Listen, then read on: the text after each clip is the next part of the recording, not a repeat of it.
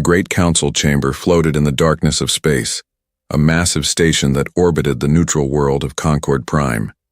Inside, representatives from 847 different species gathered for their monthly meeting. The chamber was enormous, with seats arranged in circular tiers that rose up like the inside of a great bowl. Holographic displays flickered in the air, translating thousands of languages simultaneously. Ambassador Velthara of the Corvani adjusted her feathered crest and looked around the chamber. Something felt wrong. It took her a moment to realize what it was. The human section was empty. For 200 years, ever since humanity had joined the Galactic Council, their delegation had been the loudest voice in every debate. Humans talked constantly. They proposed new treaties every month. They mediated disputes between species who had been enemies for centuries. They inserted themselves into every discussion, every negotiation, every problem. Some species found it annoying. Others found it helpful. But everyone had gotten used to it. The empty seats looked strange, wrong, like missing teeth in a smile. "Has anyone heard from the human delegation?" Velthara asked the Palaxian representative sitting next to her. The Palaxian, a being that looked like a floating jellyfish filled with blue light, pulsed uncertainly. "No contact. All their communication channels are closed. We assumed they were simply running late. But the humans were never late. In fact, they usually arrived early." Council Director Zephrim called the meeting to order. He was from an avian species, tall and elegant, with golden feathers and sharp eyes that could see across great distances. He had been director for 50 years and prided himself on maintaining order and tradition. "We begin today's session with..." He paused, looking at the empty human section. "Does anyone know the whereabouts of the human delegation?" Silence. 847 species and not one had an answer. "Very well," Zephrim continued, though his feathers ruffled with unease. "We shall proceed. First order of business. Director!" A voice called out from the upper tiers. It was War Master Krell of the Thranix Empire. He was massive, even by Thranix standards, with thick scales that gleamed like dark metal and eyes that burned with orange fire. "Before we proceed, I wish to address the continued absence of the Thranix delegates who were summoned regarding the incident 3 months ago." Velthara's stomach tightened. The incident. Everyone knew what he meant, even though few wanted to talk about it. 3 months ago, a human colony ship called the Bright Tomorrow had been traveling through what humans considered neutral space. The ship carried 15,000 civilians, families, children, elderly people, all heading to a new world to start fresh lives. The Thranix Empire had claimed that the ship violated their territorial boundaries, even though the boundaries had never been formally recognized by the Council. Thranix warships had fired on the colony ship without warning. The Bright Tomorrow had been destroyed completely. All 15,000 humans died. Humanity had been furious. Their ambassador, a stern woman named Chen, had demanded an emergency council session. She presented evidence, testimony, and data logs. She asked for justice. She asked for the Thranix officers responsible to be held accountable. She asked the Council to enforce the laws that supposedly governed all species equally. The Council had debated for 2 weeks. The Thranix Empire was powerful. They had the largest military fleet in known space. They controlled important trade routes. Many Council members depended on Thranix protection or trade agreements. In the end, the Council had ruled the incident regrettable but justified. The Thranix would pay a small fine for the misunderstanding. No officers would be punished. No territory would be returned to neutral status. Velthara remembered that day clearly.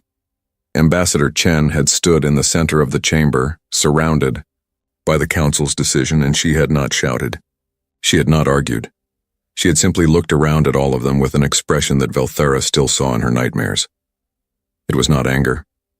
It was something colder. Something final. "We understand perfectly," Chen had said. Then she had walked out. Every human delegate had followed her. They had not returned. "The Thranix delegates are not required to attend," Zephrim said carefully. "The matter has been resolved according to Council law." "Exactly," Krell's voice boomed across the chamber. The matter is closed. Yet the humans sulk like children denied a toy. Their absence is disrespectful to this council. A few species murmured agreement, but many more stayed silent. Velthara noticed that the smaller species, the ones who depended on council protection, looked nervous. The meeting continued, but Velthara could not focus. Her mind kept returning to the empty seats. Humanity had been angry before. There had been other disputes, other disagreements, but they had always come back. They had always kept talking, kept negotiating, kept trying to find diplomatic solutions. This silence was different. After the meeting ended, Velthara returned to her private quarters on the station. She accessed her personal communication system and tried to contact the human embassy. The system connected, but instead of a person, an automated message played. The human diplomatic corps is currently unavailable. We thank you for your patience. She tried again. Same message. She tried contacting human trade stations, human border outposts, even human scientific expeditions. Every single channel gave the same automated response. It was as if humanity had simply unplugged themselves from the galactic community overnight.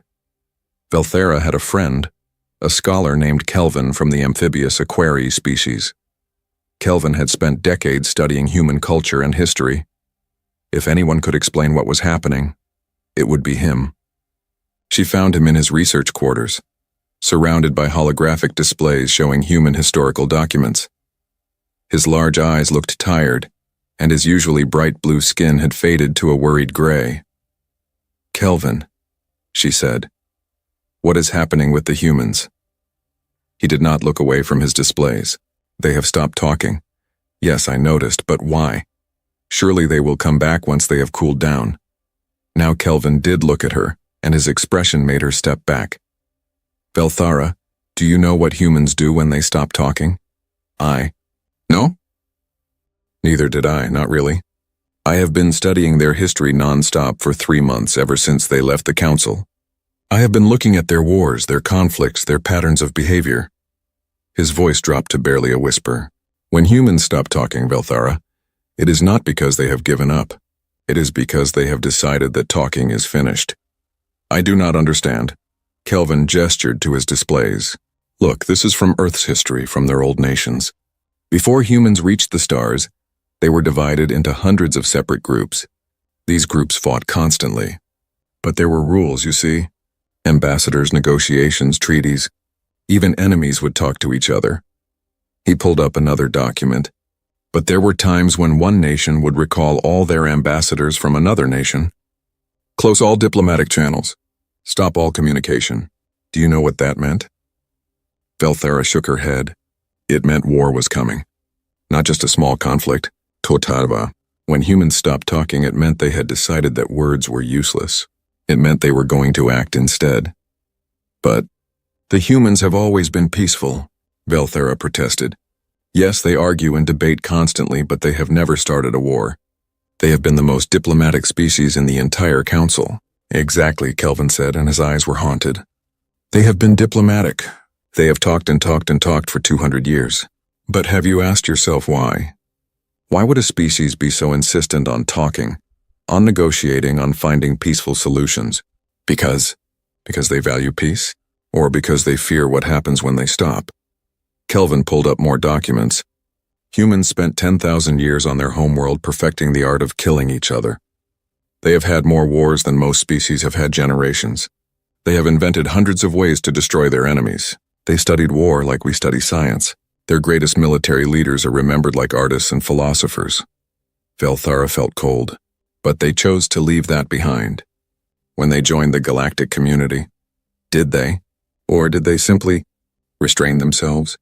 Kelvin pulled up a display showing the human military. Look at their fleet.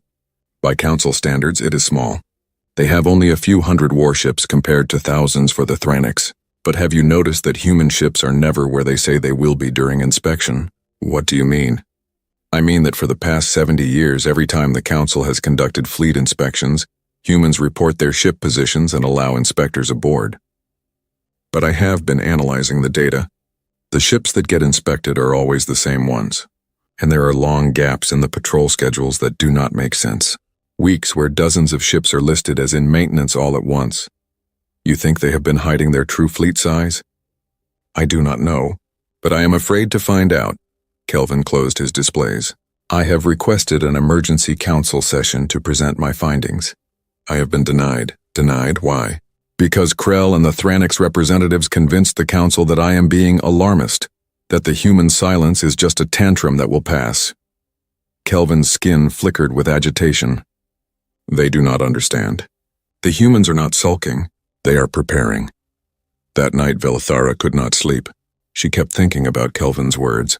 She kept seeing those empty seats in the council chamber. At midnight station time, every alarm in Concord Prime began to scream. Velthara rushed to her communication console. Emergency broadcasts were coming from every direction. She pulled up the main channel and froze. A human communication beacon had reactivated. These beacons had been placed throughout the galaxy over the past 2 centuries, creating a network that allowed for faster communication across vast distances. They had been built and maintained by humanity as a gift to the galactic community. For 3 months they had been dark, silent. Now one had turned back on, but it was not broadcasting messages or data. It was broadcasting coordinates and a countdown. 47 days. Velthara stared at the display. The coordinates pointed to a location in Thranix space, and the countdown was ticking down. 47 days, 3 hours, 17 minutes. What would happen when it reached 0?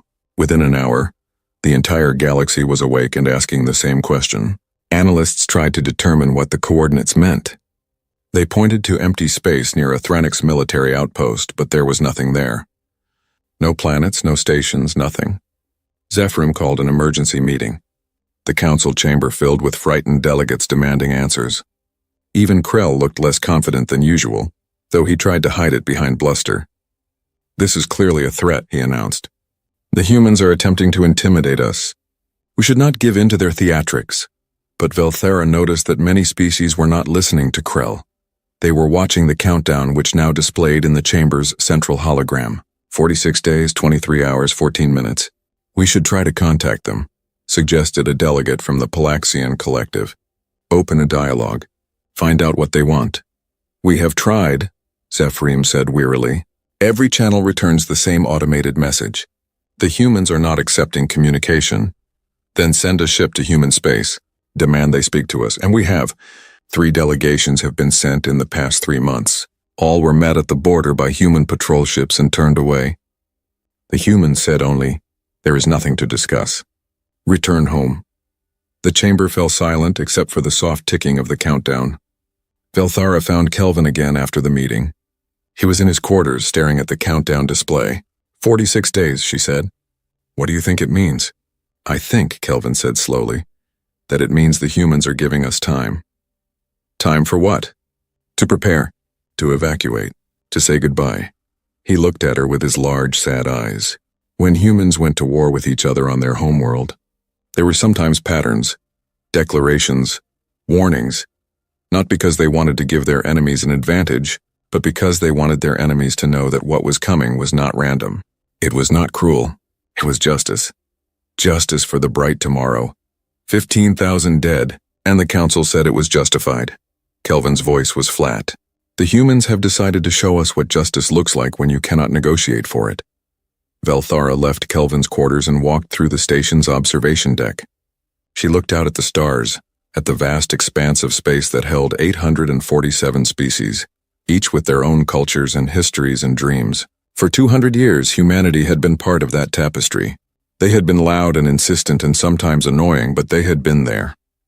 Always talking, always negotiating, always trying to find the peaceful path forward.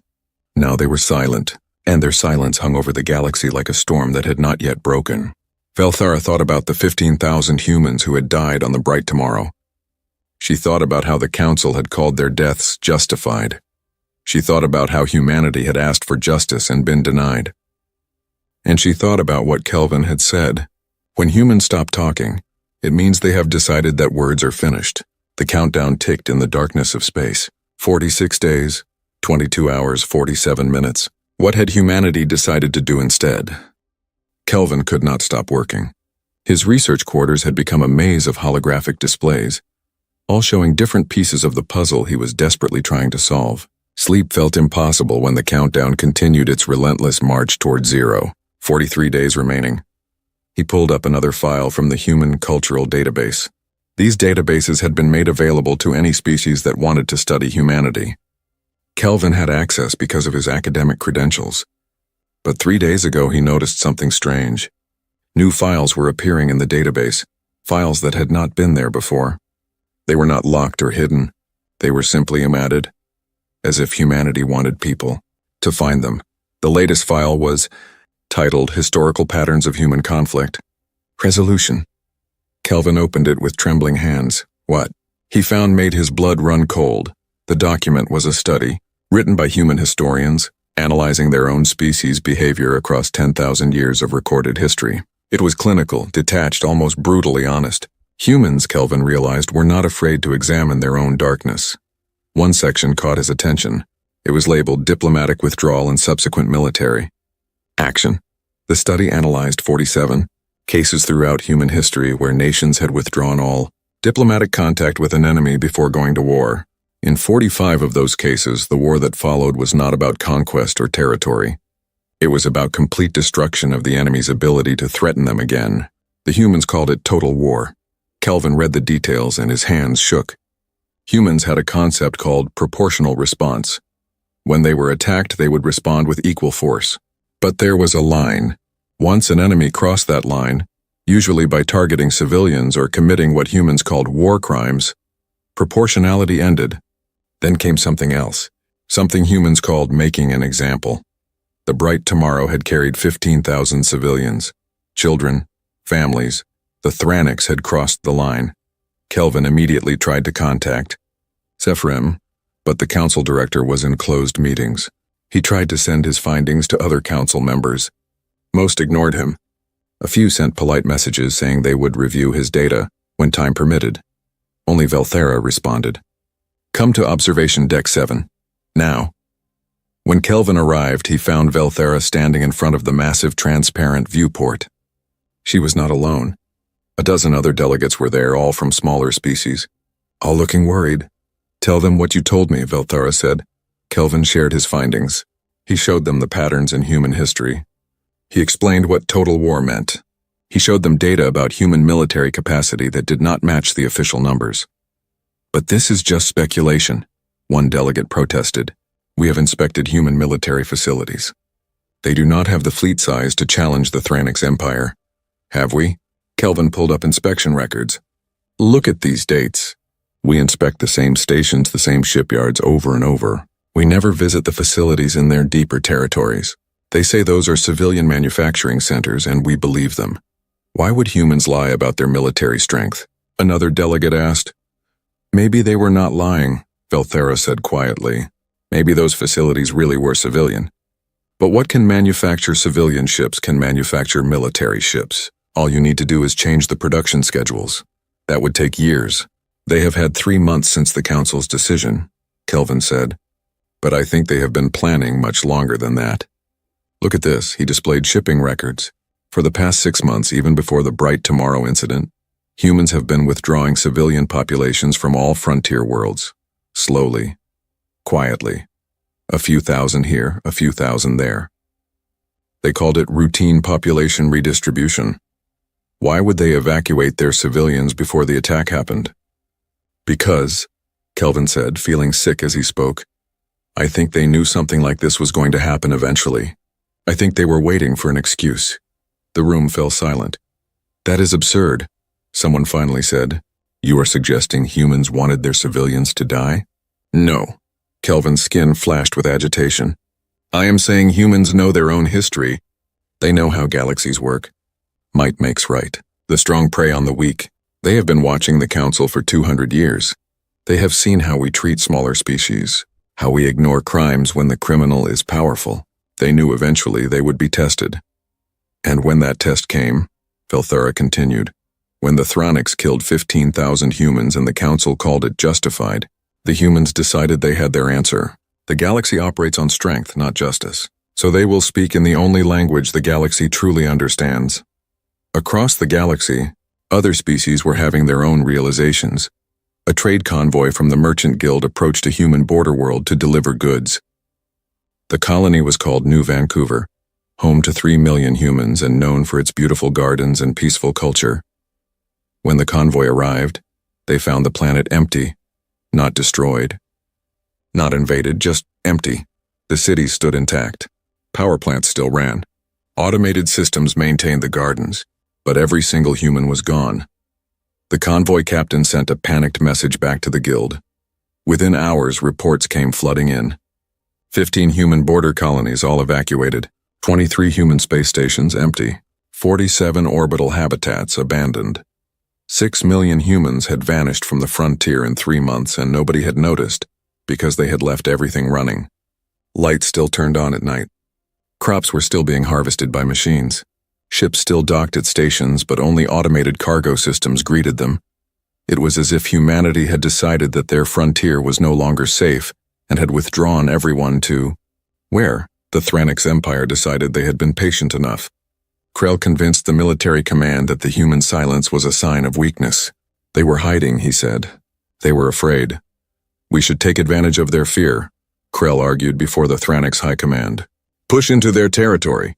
Show them that their tantrums have consequences. The High Command agreed. They authorized a scouting mission. 12 Thranix warships would enter human space and investigate the abandoned colonies. If humans objected, they would be reminded of Thranix military superiority.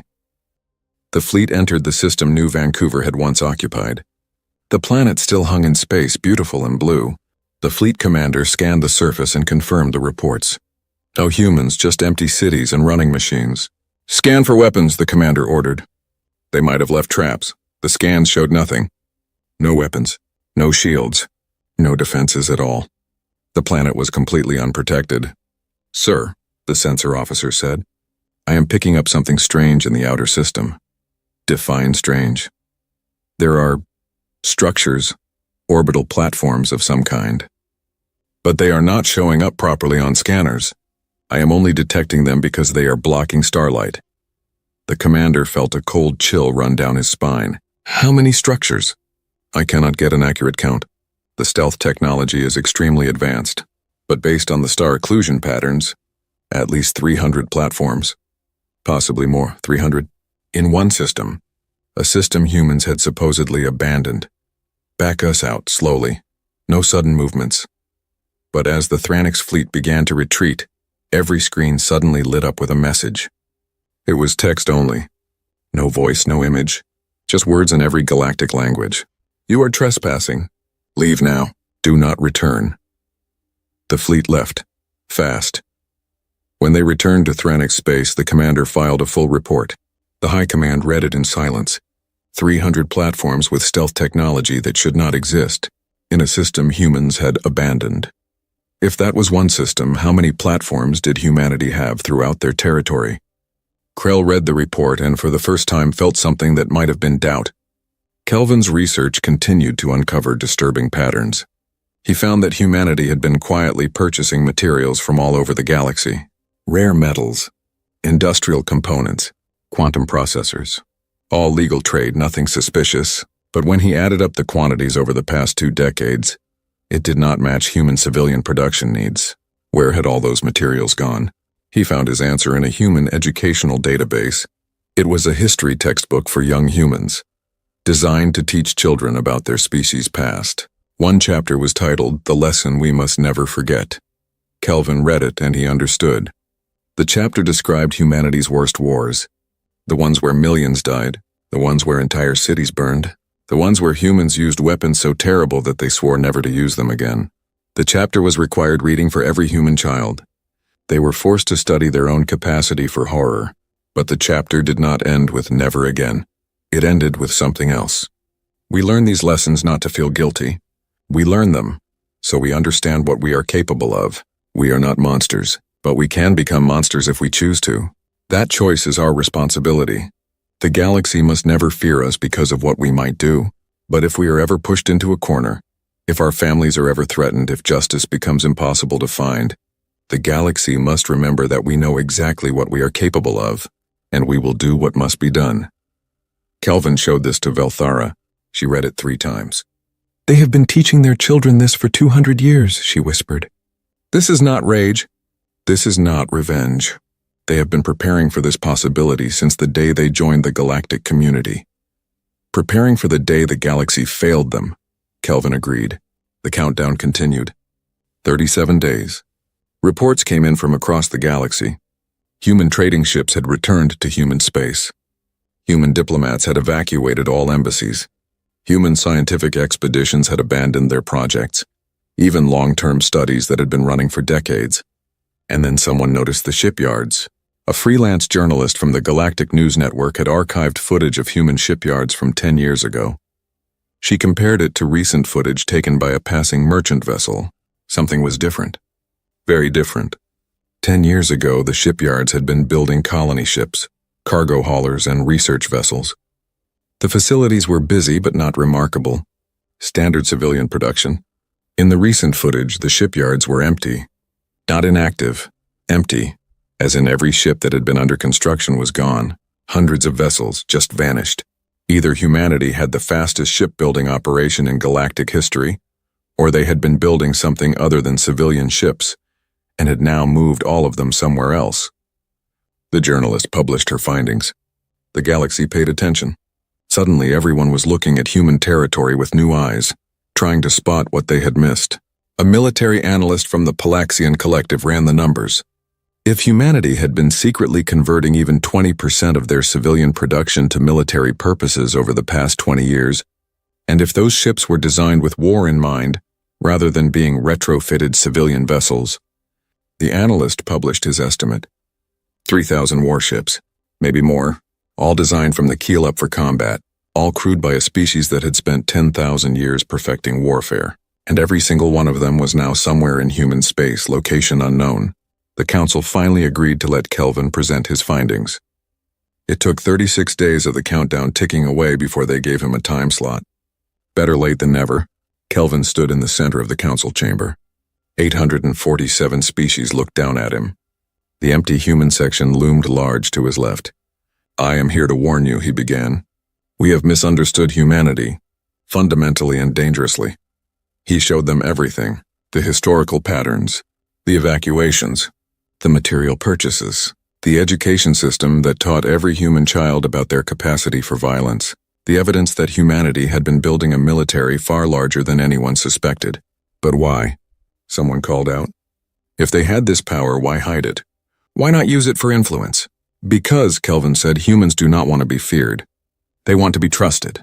They spent 200 years trying to build a galaxy where strength did not matter, where justice could be found through words and laws. They hid their weapons because they hoped never to use them. Then why build them at all? Hope is not certainty, Kelvin said quietly. Humans hope for the best but prepare for the worst. It is part of their nature. They hoped the galaxy would value justice.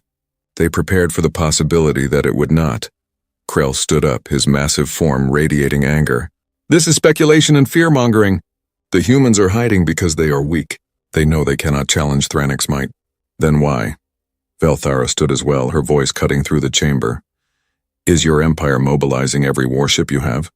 Why are you pulling forces from every border and massing them in your core systems? If the humans are so weak, why do your actions suggest you are preparing for the fight of your life?" Krell's eyes blazed, but he said nothing, because it was true. The Thranik's empire was quietly preparing for war. They were just not admitting it publicly. Zephyrim raised his hand for silence. "Kelvin, what do you recommend we do?" "Contact the humans, apologize.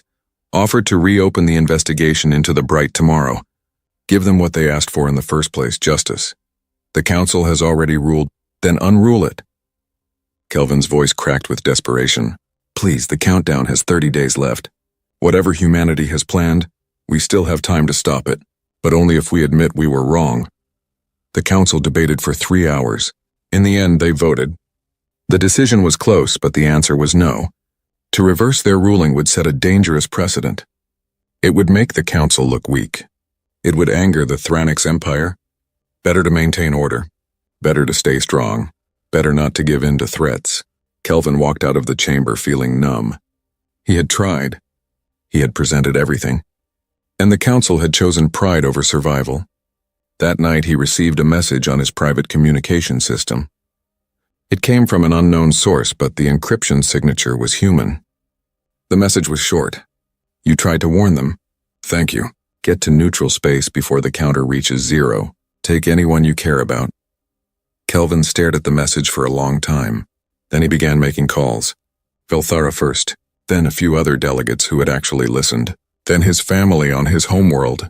Pack, he told them. Get on a ship. Get to the neutral zones. Do not ask questions. Just go.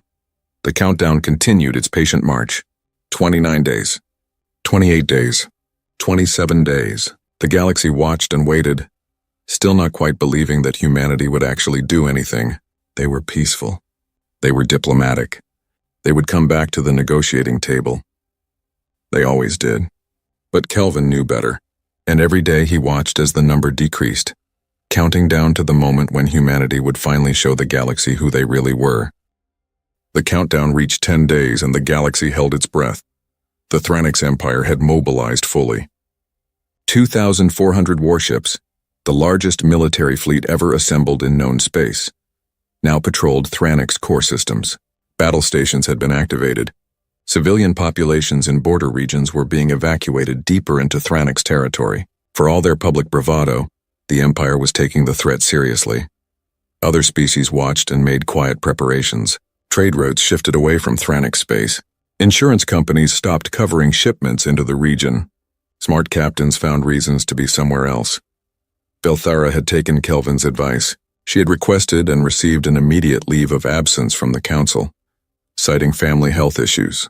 She was now on her homeworld, far from Thranix territory, far from Concord Prime. She watched the news feeds obsessively, unable to look away. Kelvin had also left Concord Prime. He had gathered his family and taken them to a neutral space station near the edge of mapped space. He spent his days continuing his research, as if understanding humanity better might somehow change what was coming. 5 days remained. The Galactic News Network ran continuous coverage. Experts debated what would happen. Some still insisted humanity was bluffing. Others pointed to the military buildup, the evacuations, the patterns Kelvin had identified. A few brave commentators suggested that maybe, just maybe, the Council should reconsider their ruling on the Bright Tomorrow. But the Council remained silent. To change course now would be political suicide for most representatives. Better to wait and see. Better to maintain dignity. 3 days remained. Zephyrim tried one final time to contact humanity. He used every channel available. He sent messages on every frequency. He even dispatched a fast courier ship to human space with a direct plea from him personally. The ship returned 6 hours later. It had been met at the border by a human patrol vessel. The patrol had accepted the message, scanned it, and replied with a single sentence: "The time for messages has passed."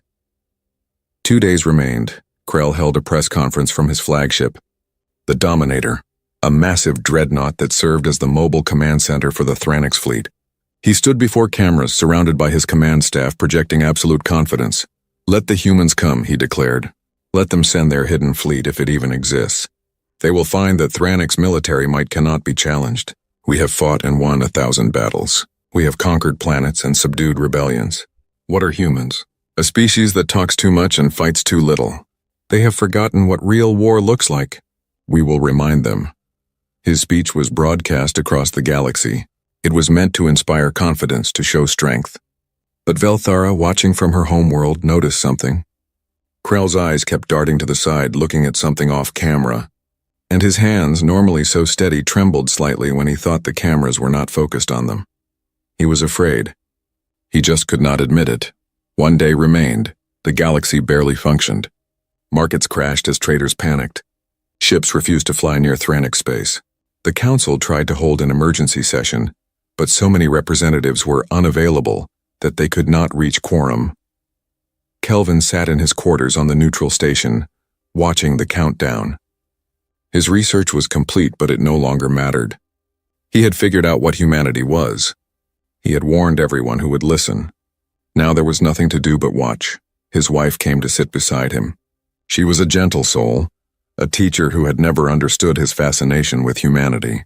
But she held his hand as they watched the numbers decrease. "What will they do?" she asked softly. "I do not know exactly," Kelvin admitted. "But I know it will be precise.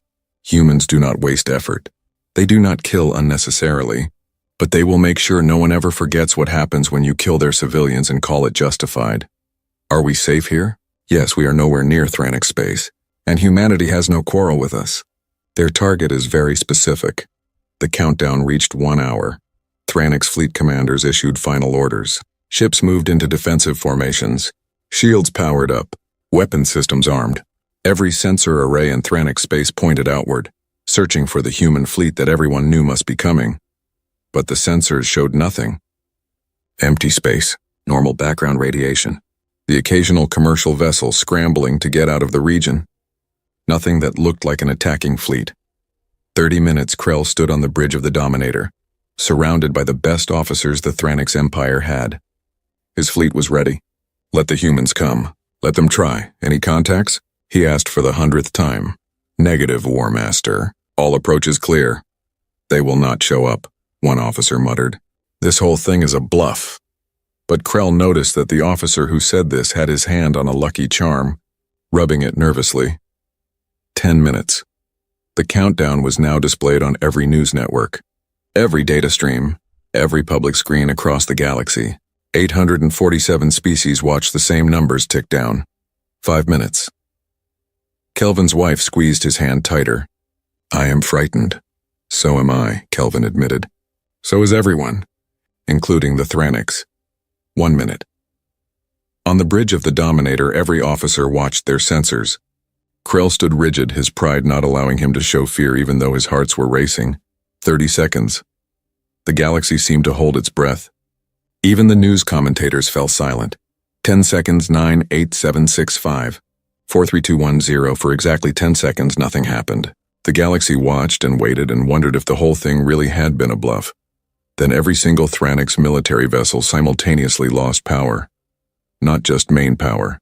All power. Reactors shut down. Backup systems failed. Emergency reserves did not activate. 2,400 warships, from the massive Dominator to the smallest patrol craft, went completely dark. Ships that had been moving continued on momentum alone. Ships in orbit began to drift. The mighty Thranic's fleet, the largest military force in known space, became nothing more than metal debris floating in space. On the Dominator's bridge, emergency lights failed to activate. Officers shouted in confusion. Krell demanded answers, but the communication systems were dead. Everything was dead. Then, exactly 48 seconds after the power failed, it came back. Reactors reactivated. Systems rebooted. Shields flickered back to life. Weapons came back online. But everyone on every ship knew the truth. Something had reached into their vessels and turned them off. Remotely. Simultaneously. Effortlessly. And if whatever it was could turn them off, it could have destroyed them just as easily. Before anyone could react, before anyone could speak, every screen in Thranic space lit up with a message. Every communication system, every display, every data terminal. The message appeared simultaneously on military vessels, civilian stations, planetary networks, and personal devices. It was a list: names, dates, locations, casualties. The list showed every Thranic's military action for the past 300 years. Every battle, every conflict, every incident, and beside each one, detailed records of civilian casualties, treaty violations, and war crimes. The list was hundreds of pages long. It was meticulously documented. Every claim was backed by sensor logs, testimony, intercepted communications, and evidence that had been quietly gathered over centuries. Humanity had been watching, recording, documenting everything. The list ended with one entry: the bright tomorrow, date 72 days ago, location Sector 447, civilian casualties 15,000, perpetrators War Master Krell, Commander Thresh, Commander Valcor, Council ruling, justified. Then came a new message, broadcast on all frequencies in every galactic language. To the species of the galaxy. For 200 years we spoke. We negotiated. We asked for justice through proper channels. We believed in the system you created. The Galactic Council had one purpose: to prove that civilization could be built on law, not strength. That the weak could find protection through justice, not force. The council failed. 15,000 of our people died. The council called it justified. We asked for accountability. The council refused. We understand the message this sends. We understand the system as it truly exists. The strong do as they wish. The weak suffer as they must. Words and laws mean nothing without the power to enforce them. Very well, you have chosen the rules. We will play by them. The Thranix Empire claimed our civilians were acceptable casualties. We disagree. We will now collect what we are owed. The following individuals are responsible for ordering, executing, or covering up the massacre of the Bright Tomorrow. War Master Krell, Commander Thresh, Commander Valkor, Admiral Thex, and 17 others listed below. They will be turned over to human custody within 24 hours. The Thranix government that authorized this attack and defended it will dissolve. New elections will be held under neutral oversight. These terms are not negotiable. They are not a request. They are what will happen. If the Thranix Empire complies, no further action will be taken. If they refuse, we will extract the individuals ourselves. Any resistance will be met with overwhelming force. You have 24 hours. This is not revenge. This is justice. We gave you 200 years to prove justice could be found through words. You failed. Now you will learn that justice, one way or another, will be done. The message ended. Across the galaxy, billions of beings stared at their screens in shock. On the Dominator's bridge, Krell stood frozen. His name was on the list. He was being hunted by humans, by a species everyone had thought was weak. War Master, an officer said quietly. Our sensors are detecting something. What? Ships, lots of ships. They are appearing, all around Thranix space. Krell looked at the sensor display. His blood turned to ice. Red markers were appearing everywhere. Hundreds of them.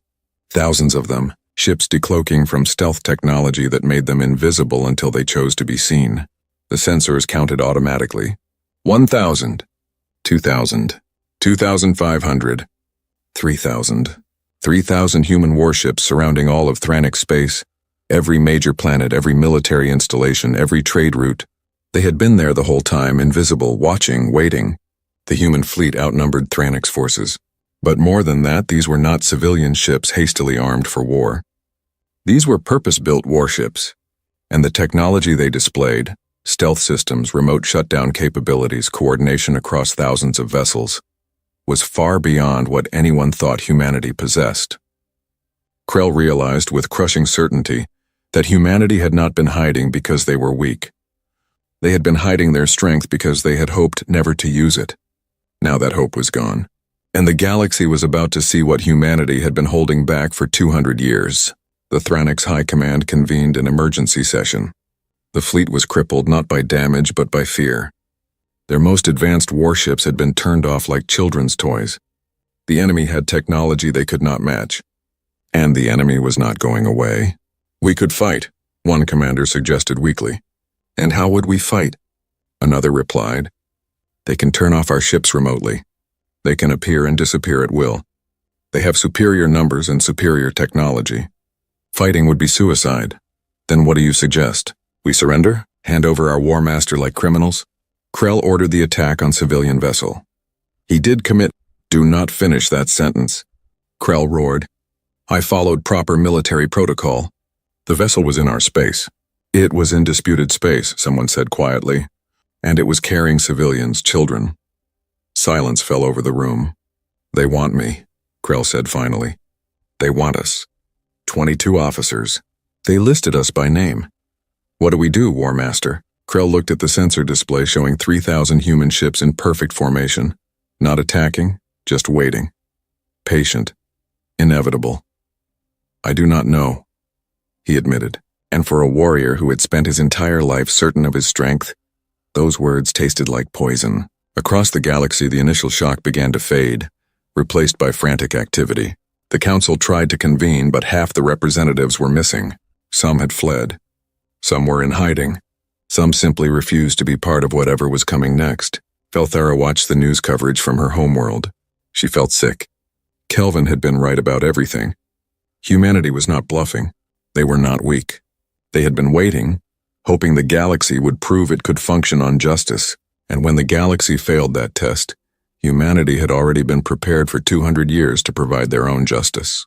Kelvin sat in his quarters, vindicated but not happy. He had tried to warn them. They had not listened. Now everyone would pay the price for that arrogance. His wife looked at him with frightened eyes. "What happens now?" "Now," Kelvin said softly, "we find out if the Thranics have learned anything. If they give up the ones responsible, humanity might stop there. If they refuse—" He did not finish the sentence. He did not need to. They both knew. If the Thranics refused, humanity would go in and take what they wanted, and nothing in the galaxy could stop them. The countdown that had terrified the galaxy was over, but a new countdown had begun. 24 hours for the Thranics to comply. Everyone watched the clock and wondered, would pride finally give way to survival? Or would the Thranics Empire choose to fight a war they could not possibly win? The seconds ticked away and humanity waited in silence, their 3,000 ships holding position, not threatening, not attacking, just existing as a promise of what would come if justice continued to be denied. The galaxy had learned to fear humanity's silence. Now it was learning to fear something even more: humanity's patience. 23 hours had passed since humanity's ultimatum. The Thranics High Command sat in their war room deep beneath the surface of their homeworld. They had been debating, arguing, and fighting for almost an entire day. No decision had been reached. Krell stood at the center of the room, his massive form somehow seeming smaller than before. Around him, the most powerful military leaders in Thranic space argued about his fate. "We cannot simply hand over our War Master," Admiral Thek shouted. He was one of the others named on humanity's list. "It would show weakness. Every enemy we have would smell blood." "What enemies?" another commander replied bitterly. "We cannot even defend against the humans. 3,000 ships appeared from nowhere. They turned off our entire fleet like it was a toy. What other enemies matter compared to that? We have fought for 300 years to build this empire. We do not surrender because one species throws a tantrum." "This is not a tantrum," a quieter voice said. Commander Velrus was younger than most in the room, but he had studied human military history. "This is an execution that has not happened yet. They are giving us a choice in how it proceeds." "Execution? Of whom?" "Of us. Of the Empire. Maybe of our entire species." Velrus pulled up a display showing the human fleet positions. "Look at this. Really look at it. They have ships positioned at every major population center, every military base, every industrial complex. But they are not in attack positions. They are in containment positions. They have surrounded us completely. So? We can break through." "With what?" Velrus demanded. "They demonstrated they can shut down our ships remotely. Even if they could not, they outnumber us and have better technology. But here is what should truly terrify you. They are not trying to terrify us. There are no aggressive displays, no weapon tests, no threatening maneuvers. They are just waiting. Like a surgeon waiting for the patient to be ready for the operation."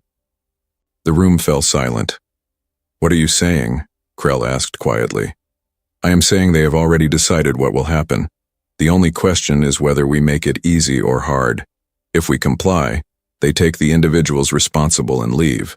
If we refuse, they will come and take them anyway, and they will destroy anything that gets in their way, not out of anger, not out of cruelty, simply because it is in the way." "You sound like you admire them," Thek spat. "I fear them," Velrus corrected. "There is a difference. Admiration is for equals, fear is for predators." Another hour passed. The debate continued in circles. Pride versus survival, honor versus pragmatism, empire versus existence. Finally, Krell himself spoke. "Enough." His voice cut through the arguing like a blade. "This is my decision to make. They want me. They want those of us who gave the orders. War Master, they are right." The words seemed to cause Krell physical pain. "I gave the order to fire on the bright tomorrow. I believed it was justified. I was wrong. You were following. I was wrong." Krell's roar shook the room. "They were civilians, children, and I killed them because they were in space I claimed was mine." The humans asked for justice and we spat in their faces. Now they have come to collect, and you are all sitting here pretending we have a choice." He looked around at the others named on the list. "We can continue this farce. We can refuse. We can order the fleet to fight, and every single Thranix warrior will die bravely and pointlessly. Or we can face what we have done and accept the consequences. You would surrender? You, War Master?" Krell would give yourself to the enemy. I would save our people from a war we cannot win. I would accept responsibility for my actions, and I would show the galaxy that Thranix warriors, at least, know honor when it is time to face it. Krell straightened to his full height.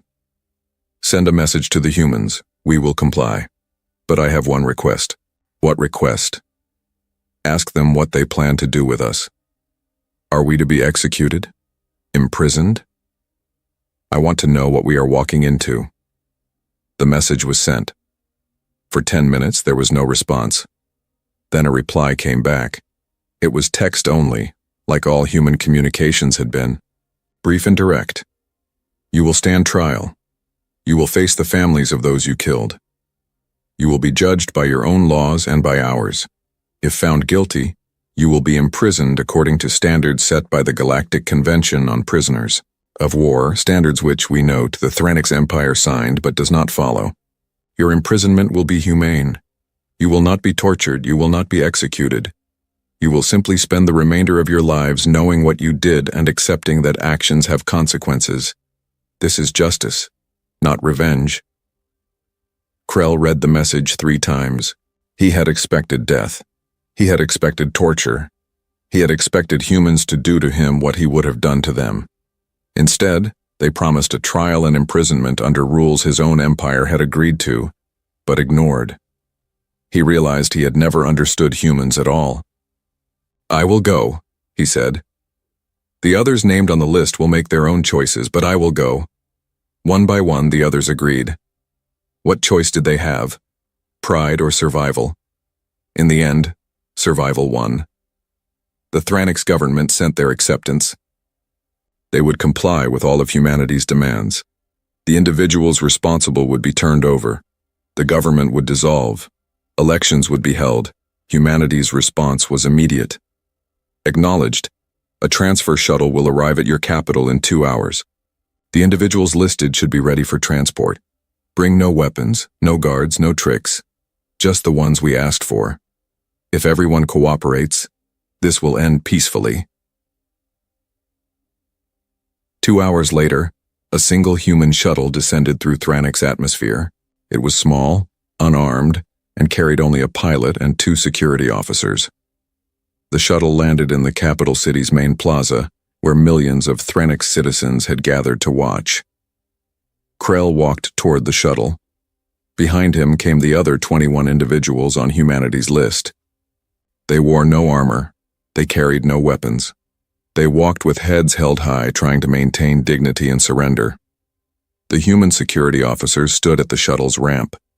They were not large by Thranix standards. They were not impressive or frightening. They simply stood there, calm and professional, watching the war criminals approach. When Krell reached the ramp, he stopped. He looked at the human officer. "I am War Master Krell. I am responsible for the deaths of 15,000 of your people.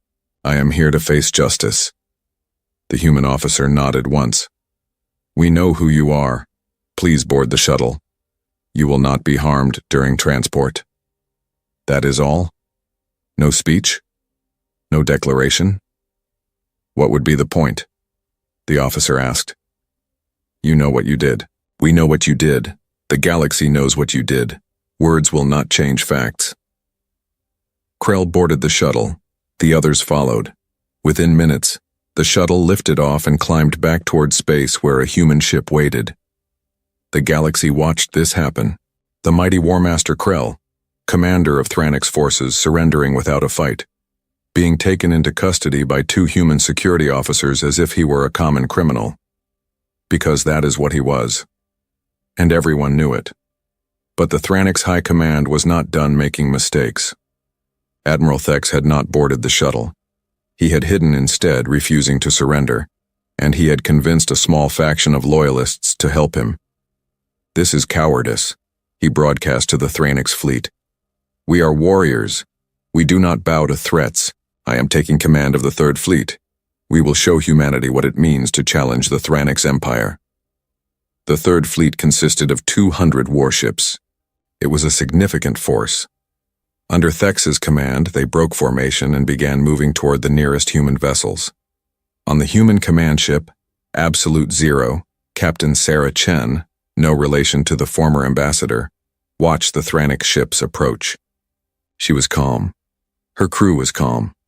They had trained for this. "Thranix vessels are powering weapons," her tactical officer reported. "Warn them," Chen ordered. A message was broadcast.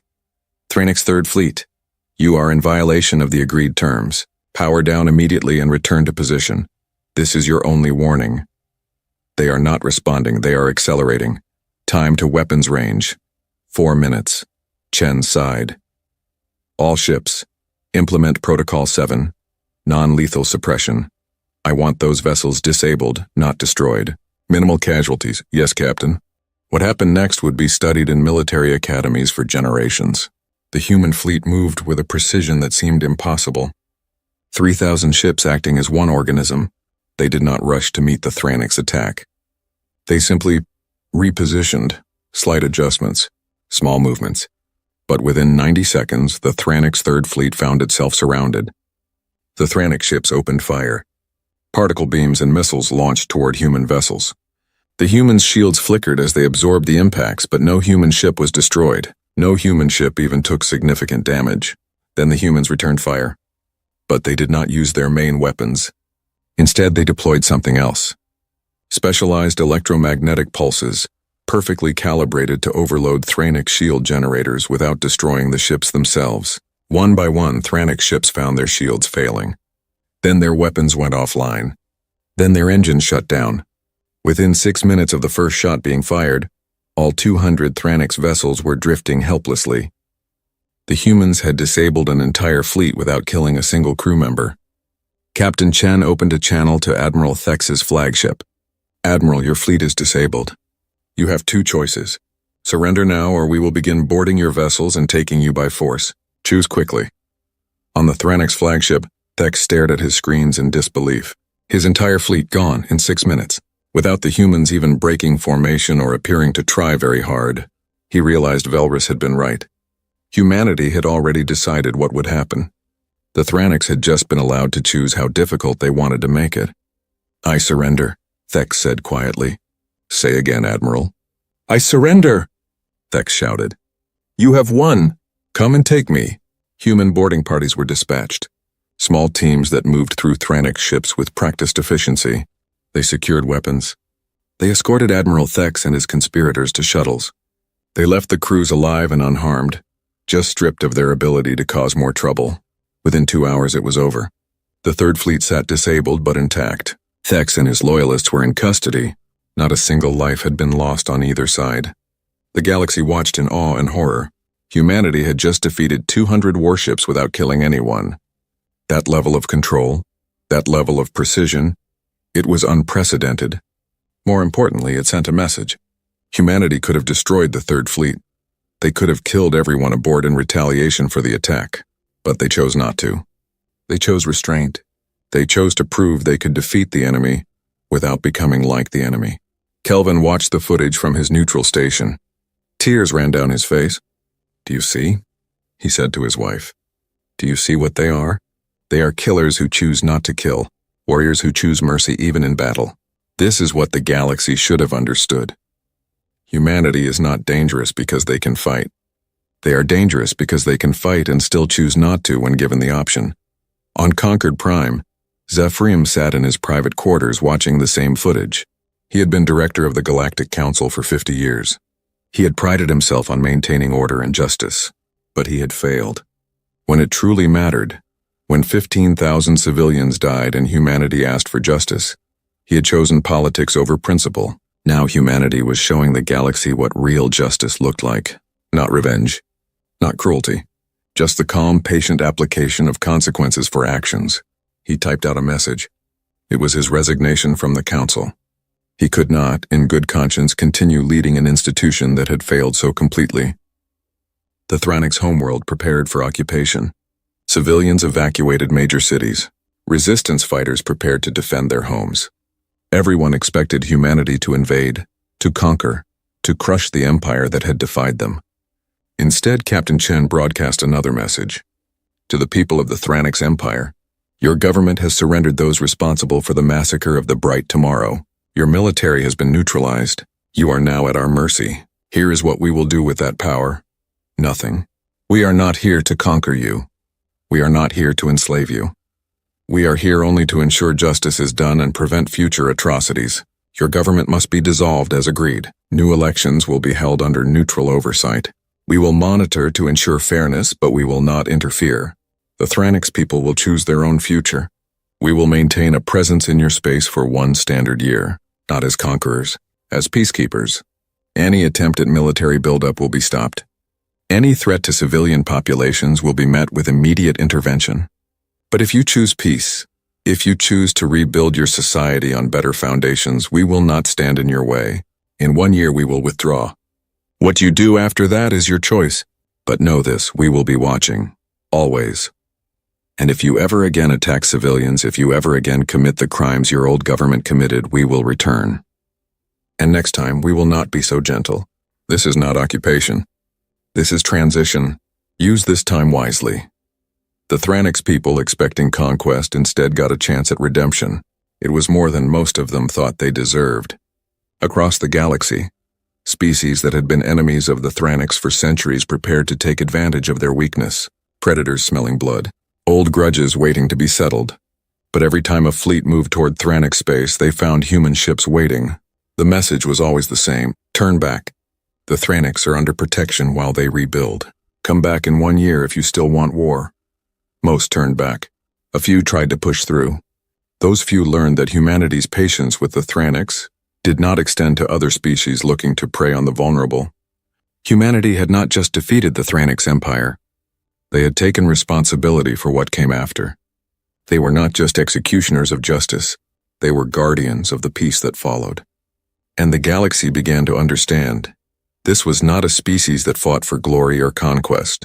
This was a species that fought to prove a principle, the principle that actions have consequences, that the strong do not get to do as they wish, that justice, one way or another, will be done. Krell sat in a human prison cell. It was clean. He was given food and medical care.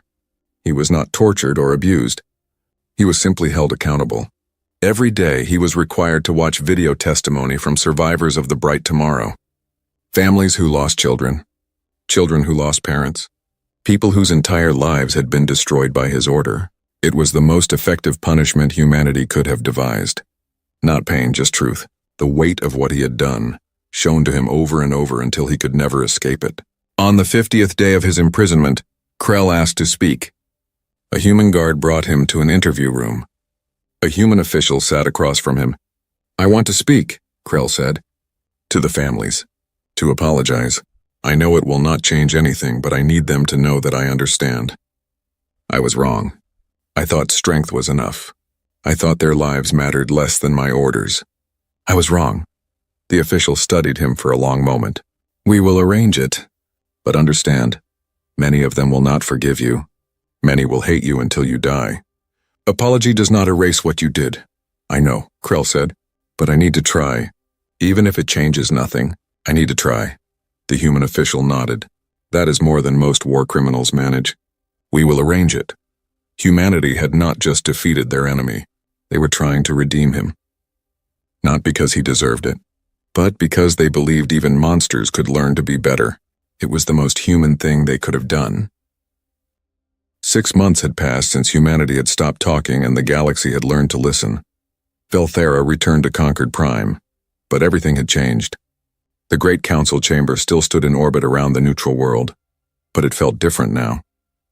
Smaller somehow, less important.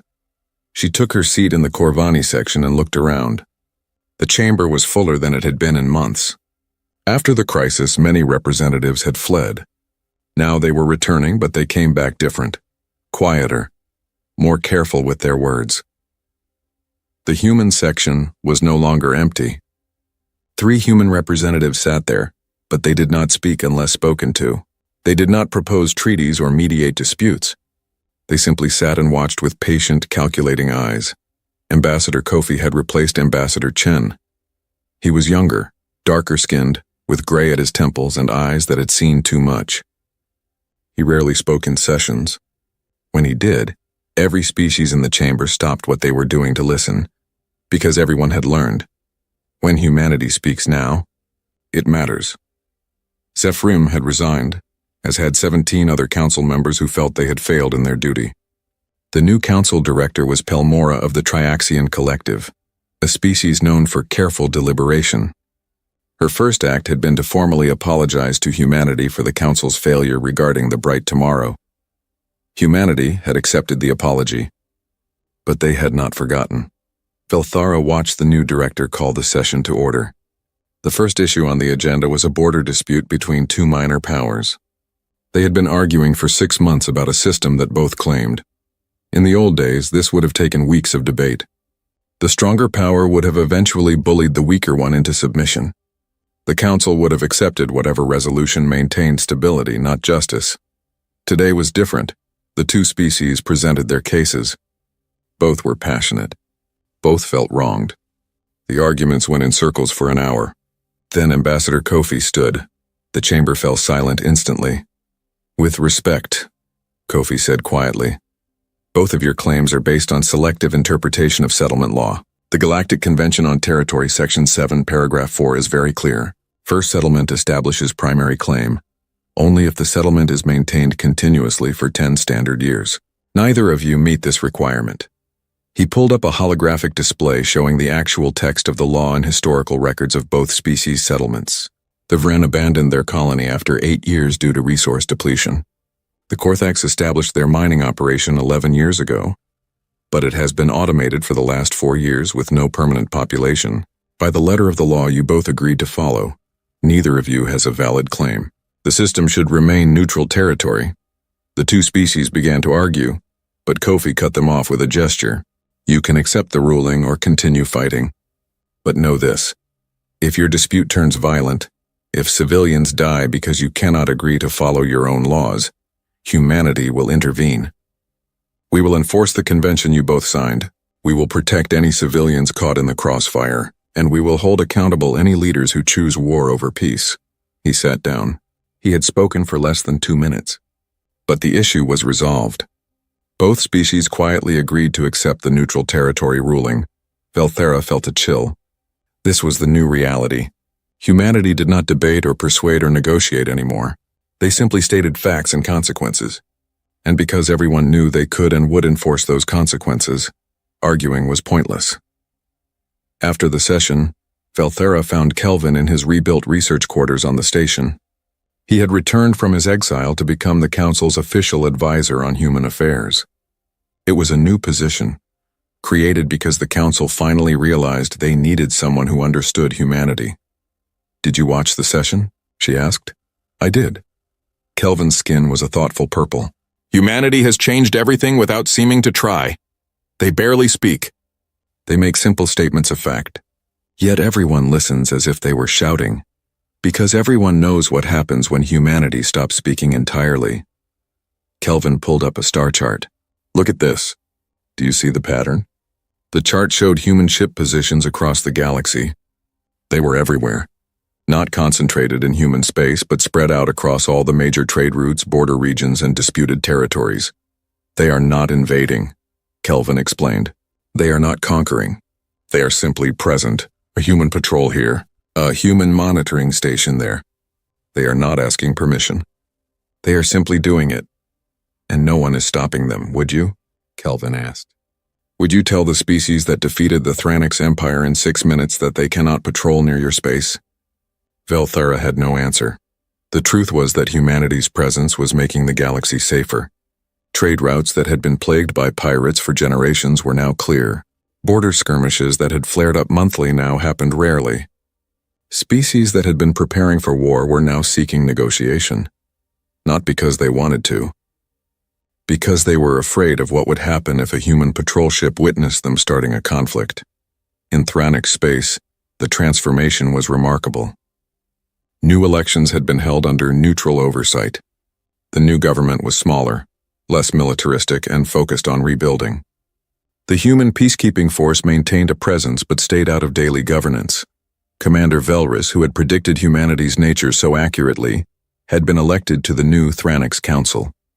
His first act was to establish a Truth and Reconciliation Commission to investigate and document all of the old Empire's crimes. "We must face what we were," he told his people in his inaugural address. "We must understand what we did. Only then can we become something better. The humans gave us a chance to change. We must not waste it."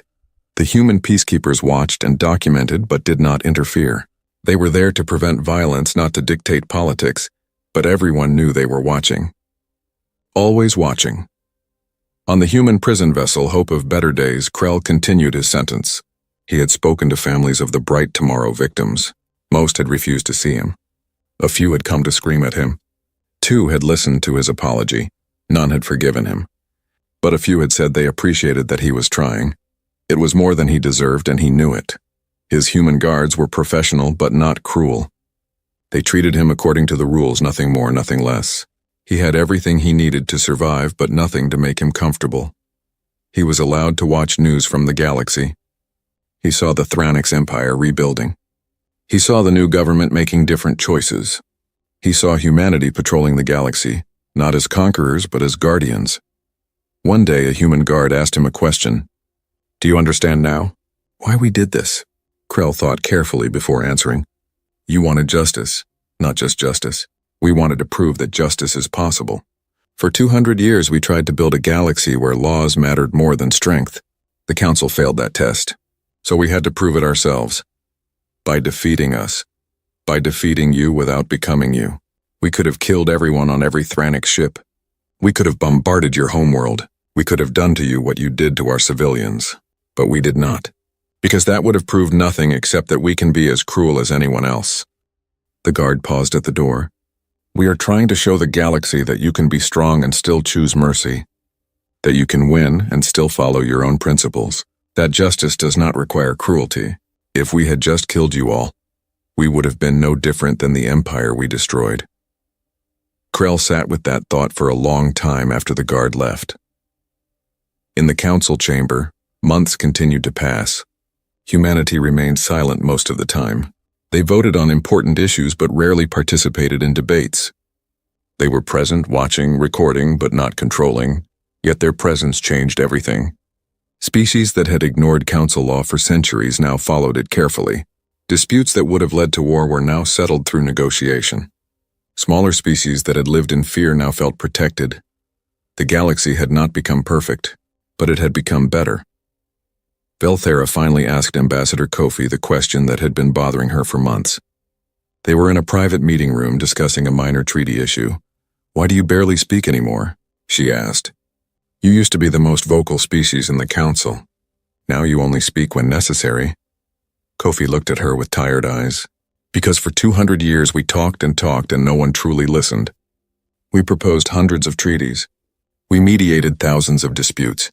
We tried to build a better galaxy through words, and when 15,000 of our people died, the galaxy told us our words meant nothing."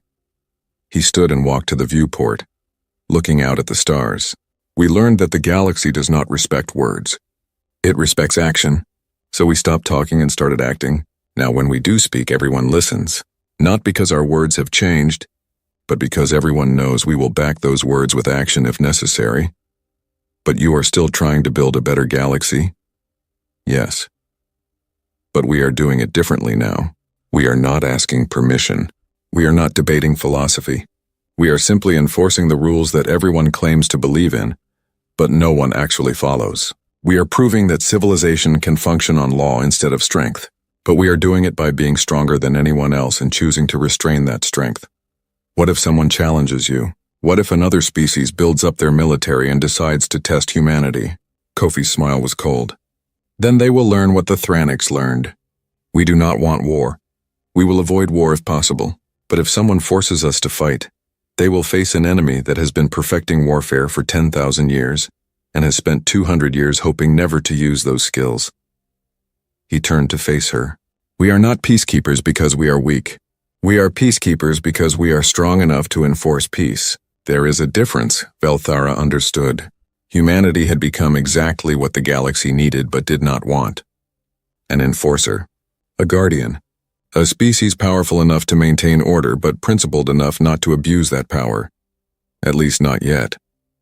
The question was whether humanity could maintain that balance. Whether they could continue to be strong without becoming the tyrants they had overthrown. In a small classroom on Earth, a teacher stood before 30 young students. Today's lesson was about the bright tomorrow and the events that followed. Class, the teacher said, you have now learned about what happened when our diplomacy failed. When 15,000 of our people died and the galaxy told us their lives did not matter. You have learned how humanity responded. What did we do? We stopped talking, one student said. We showed them our strength, another added. We made them face justice, a third contributed. All correct, the teacher nodded. But here is the most important question. Could we have done it differently? The students thought about this. Finally, one raised her hand. We could have destroyed them completely. We could have killed everyone. We could have, the teacher agreed. We had the strength. We had the justification. Many in the galaxy would have understood. So why did we not? Another student answered. Because we are trying to be better than that. Exactly. We are trying to prove that you can be powerful without being cruel, that you can win without becoming the monster. This is the hardest path. This is the path that requires us to be stronger than we have ever been. Not physically strong, morally strong. The teacher pulled up images of the galaxy as it was now. Peaceful trade routes, resolved disputes, species working together instead of fighting. This is what we fought for. Not revenge, not conquest. This, a galaxy where laws matter, where civilians are protected, where the weak can find justice. We spent 200 years asking for this galaxy. When asking failed, we built it ourselves. One student asked quietly, but what if we fail? What if we become like the old empires? What if our power corrupts us? Then, the teacher said seriously, we will deserve what comes after. Power without principle is tyranny. We must never forget that. We must always remember the 15,000 who died because power was more important than justice. We enforce peace now, but we must always question ourselves. Are we enforcing peace? Or are we simply using peace as an excuse for control? The lesson ended. The students left, but they would remember. As every human child for 200 years had been taught about humanity's capacity for violence, now they would also learn about humanity's responsibility to use that violence only for justice. Years passed. The human peacekeeping force remained. Species grew accustomed to seeing human ships in their space. Some resented it. Most accepted it. A few were grateful for it. The Thranix Empire had rebuilt into something new. A federation of worlds, democratic and peaceful. They would never have the military might they once did, but they had something better. A future. Krell died in human custody after serving 15 years of his sentence. He was 73 years old. In his final message recorded for posterity, he said, I was wrong. About strength. About power. About what matters. I hope my people have learned from my mistakes. I hope the galaxy has learned. Strength without justice is not strength. It is just violence waiting to happen. His death was marked respectfully. He was buried according to Thranix custom. His victims did not forgive him, but they acknowledged that he had tried to understand his crimes. It was more than many war criminals managed. On Concord Prime, now 50 years after humanity had stopped talking, a young species made first contact with the galactic community. They were called the Mirani, a timid people who had only just developed faster-than-light travel. The Council welcomed them with proper ceremony. Many species offered trade agreements and mutual defense pacts. It was all very formal and friendly. The Mirani representative, a small creature covered in silver fur, stood before the Council. We are honored to be welcomed, she said softly. But we are also afraid. We are small. We are weak. We have heard stories about how this galaxy treats those who cannot defend themselves. The chamber fell silent. Then Ambassador Kofi stood. He was old now, gray-haired and tired near the end of his service. He looked at the frightened young species and spoke with a gentleness that surprised many. You are right to be cautious, he said. This galaxy has not always been kind to the small or the weak. But things have changed. Not because everyone suddenly became good, but because those who prey on the weak now face consequences. He walked to the center of the chamber where the Marani representative stood. You have humanity's word. No one will exploit you. No one will attack you. No one will force you into anything. You are free to make your own choices, your own mistakes, your own path. And if anyone tries to take that freedom from you, we will stop them. Why? The Marani asked. Why would you protect us? What do we have that you want? Kofi smiled sadly. Nothing. We want nothing from you except your success. We protect you because 50 years ago, 15,000 of our people died, and the galaxy told us their lives did not matter. We decided then that every life matters. Every species matters. Not because of what they can give us, but because it is right. He returned to his seat. Welcome to the galactic community.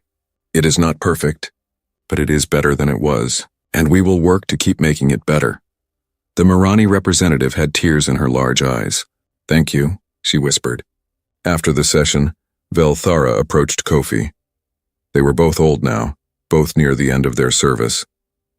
Will humanity ever talk like they used to? She asked. Will you ever return to being the vocal active species you once were? Kofi considered the question. Maybe. Someday. When the galaxy proves it can maintain justice without us enforcing it. When laws are followed because they are right, not because we are watching. When small species do not need to ask for protection because they are not threatened in the first place. That could take centuries. Then we will be silent for centuries. He looked out at the stars. We tried talking for 200 years. Now we are trying something else. We will see which works better. Are you not tired? Does humanity not want to rest? Every day, Kofi admitted. But we made a choice 50 years ago. We decided that if the galaxy would not provide justice, we would. We cannot stop just because it is hard. The moment we stop watching, the moment we stop enforcing consequences, everything will go back to how it was. The strong preying on the weak. Might making right. So humanity will be the galaxy's guardian forever? Until someone better comes along. Until the systems we are building become self-sustaining. Until species follow the law because they believe in it, not because they fear us. He smiled tiredly. We do not want to be guardians. We were forced into this role. But now that we are here, we will not abandon it. Too many people depend on us. Velthara thought about the galaxy as it had been 50 years ago. The chaos, the injustice, the strong doing as they wished while the weak suffered. She thought about the galaxy now. Not perfect, but better. Laws followed. Peace maintained. Small species protected.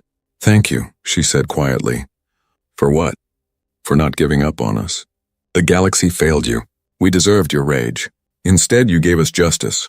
You gave us a chance to be better. Kofi nodded. We gave you what we wanted for ourselves. The chance to prove that civilization can be built on principles, not just power. You have that chance now. Do not waste it. In human space, the beacons that had once counted down to war now counted up. Days since humanity had last needed to enforce justice through force. The number was high now. Years of peace. But the beacons still broadcast, still counted, still reminded everyone. The peace existed because humanity was willing to enforce it. The moment someone forgot that lesson, the moment someone decided to test whether humanity was still watching, the counter would reset, and humanity would show them once again that silence does not mean absence. It means patience. It means watching. It means waiting. And it means that when they finally speak again, when circumstances force them to act, the galaxy will remember why they learned to fear humanity's silence in the first place. Because humanity's silence is not surrender. It is the calm before the storm. It is the predator watching its territory. It is the guardian standing watch. And as long as humanity stays silent, as long as they need only to watch without acting, the galaxy remains at peace. The moment they speak again, the moment they are forced to demonstrate rather than just promise, everyone will remember.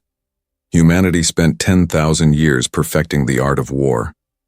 They spent 200 years hoping never to use it. They spent 50 years proving they could enforce peace without destroying everything.